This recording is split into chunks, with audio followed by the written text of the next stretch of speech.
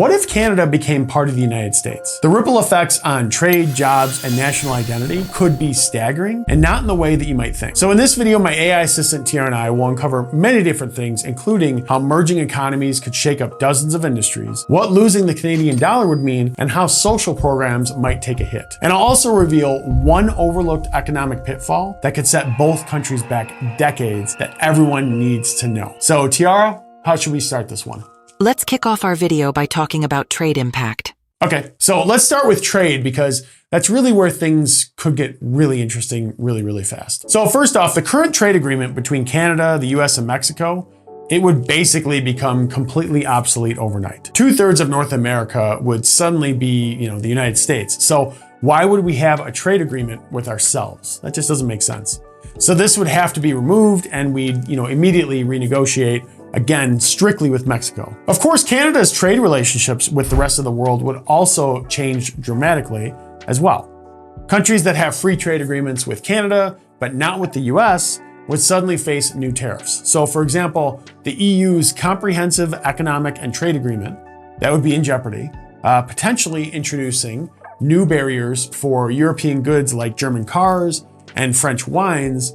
And there are other agreements that would be impacted too. And these changes, they would create a complex web of trade disruptions, forcing Canadian businesses to navigate an entirely new landscape for international commerce. But it's not all bad, of course. So some Canadian businesses, they might actually benefit from easier access to the massive US market that we have. For instance, could you imagine how happy all those Canadian businesses owners would be if they were subscribed to my YouTube channel? As a reminder, if you haven't subscribed yet to help me achieve my dream of supporting my family of 4 with this channel, please show me that support and know that I do sincerely appreciate it if you do. But seriously, how would the economies work together, right? After all, we have 2 very much established independent countries, and it's something we'd obviously have to work out. Anyway, Tiara, what are we gonna move on to next year? I like where you're headed. Let's discuss economic integration. Okay, sounds good. And let me tell you why this part here is going to be, kind of mind-blowing. So we've already discussed how trade relationships would change, but now we're about to explore how joining the US could really reshape Canada's entire economic landscape. So first up, let's go ahead and talk about GDP. So if Canada joined the US, Canadians would likely see a significant shift in economic output. So currently, Canada's GDP per capita is about 84% of the US level. But with full integration, this gap could start to close. And we might see increased productivity as Canadian businesses gain unrestricted access to US markets and, obviously vice versa. Now let's go ahead and talk about jobs. So the Canadian job market would suddenly become part of a much larger pool. So imagine Canadians being able to apply for jobs in Silicon Valley or Wall Street as easily as they could in Toronto or Vancouver. Yes, because who wouldn't trade the serene beauty of Vancouver for the charming chaos of Wall Street?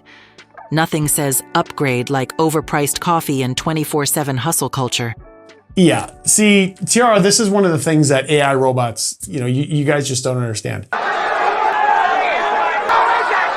If money is evil, then that building is hell. Some people actually do want that. Flawed logic maybe, but they do want it. But the point here is that this could lead to more opportunities and also more competition.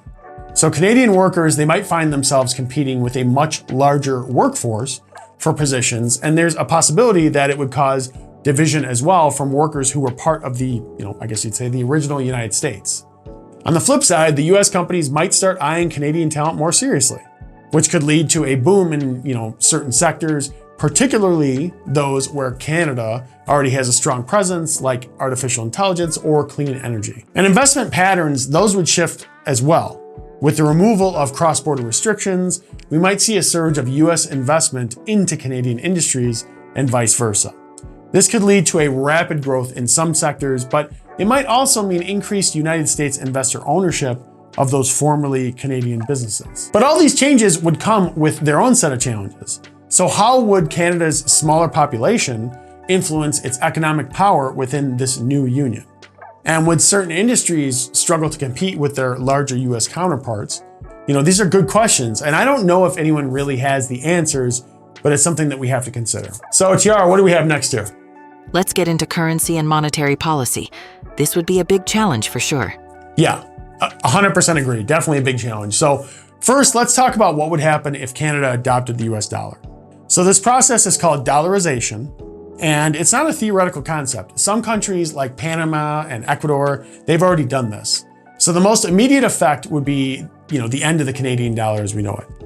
All prices, salaries, and financial contracts, they would need to be converted to US dollars at a fixed rate, which could lead to some confusion, to say the least. But in the long run, it would make price comparisons between, Canada and the US much easier. So that all said, this is immediately what I think of when we consider, Canada joining the US. So all these Canadians out there who have saved up their whole lives into retirement would immediately lose roughly 30% of the value of their retirement accounts due to the currency conversion.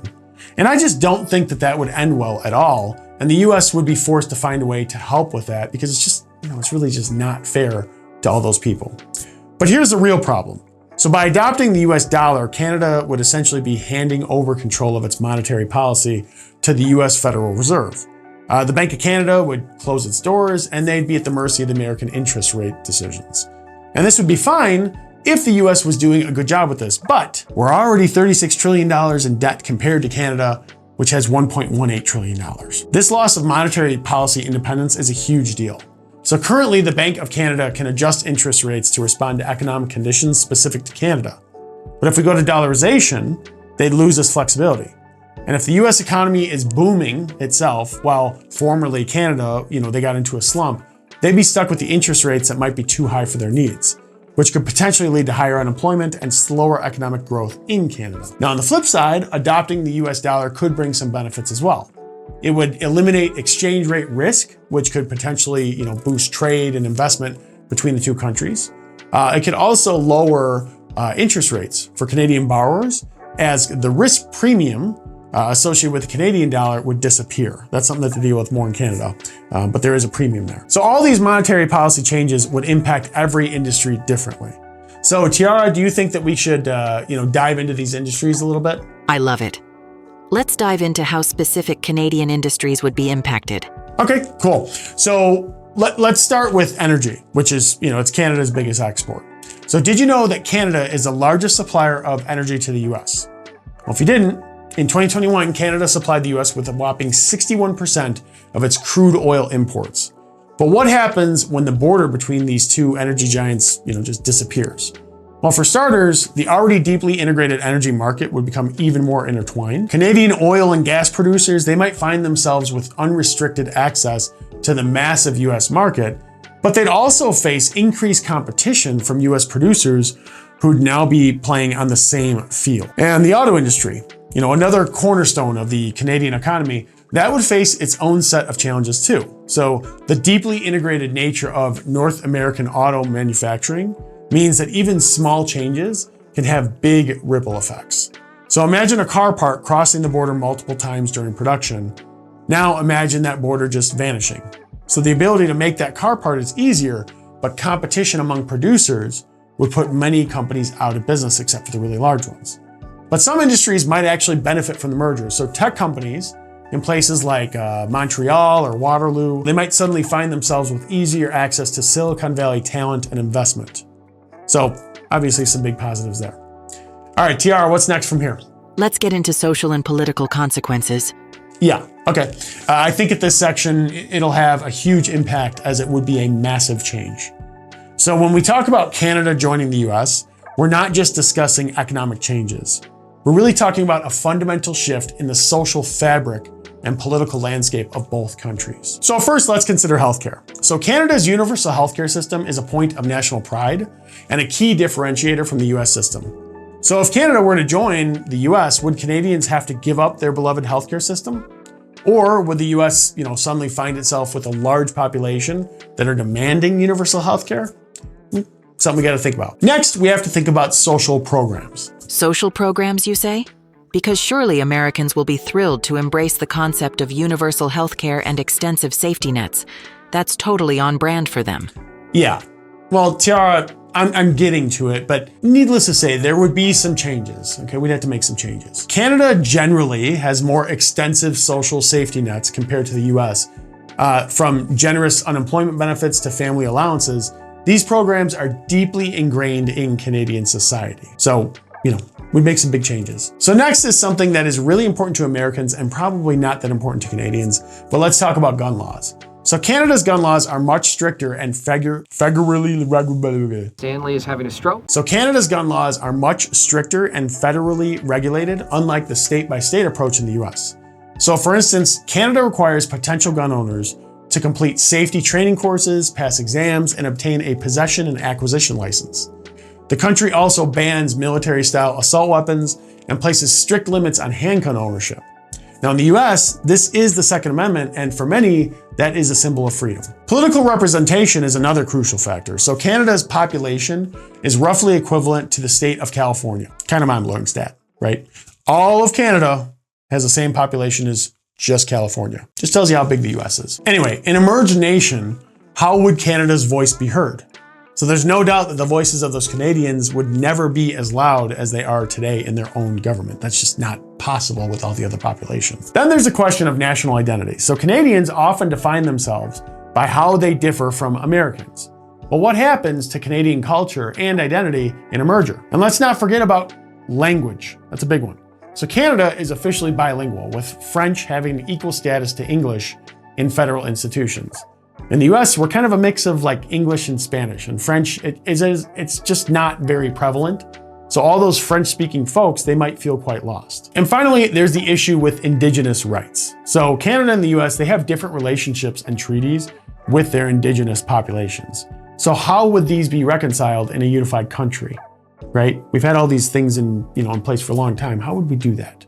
Now, I don't claim to have all the answers to this, and I don't think AI knows them either, but each and every one of these issues would have to be addressed in order to make this work.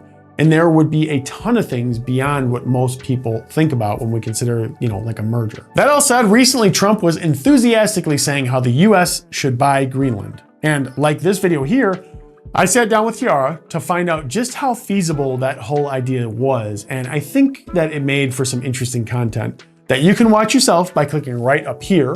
Or, if that's not for you, just click on the video over here instead that YouTube thinks that you'll like. But before you go, please, please, please make sure to subscribe to the channel to unlock financial success one AI chat at a time. Thanks so much for your support.